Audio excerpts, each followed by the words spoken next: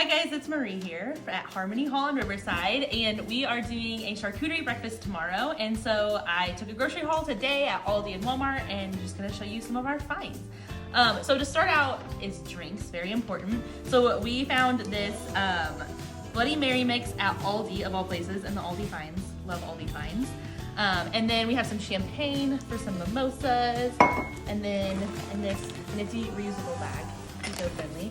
We have some orange juice and some mixed berry for our champagne. And then we have all sorts of good stuff in here. So we have some bacon and sausage, some beef sticks for our Bloody Marys also, some mini bagels because mini bagels are adorable. Anything mini is adorable. Some strawberries. We also have some raspberries and blueberries. They were all really good. You can just get whatever is fresh. Aldi has really good produce, so if you don't shop at Aldi, that's a good little tip there. We also have some ham to go with our meat. And then Angela is making us some baked brie with dried cherries, and then somewhere in here, and puff pastry around it. She has a recipe. Never had it, so we'll see. I love brie. And then we have some mini donuts because again, anything mini is delicious.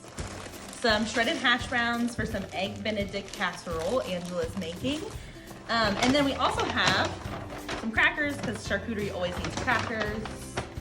Greek yogurt for our yogurt parfaits to go along with our fruit. Some apples because charcuterie always needs apples. Some jam. This is actually just fruit spread, so it's healthier for you than jam. It doesn't have as much sugar in it, and it's 75% fruit. And then just some eggs and some biscuits. Aldi also had Grand's biscuits, so that was a win as well.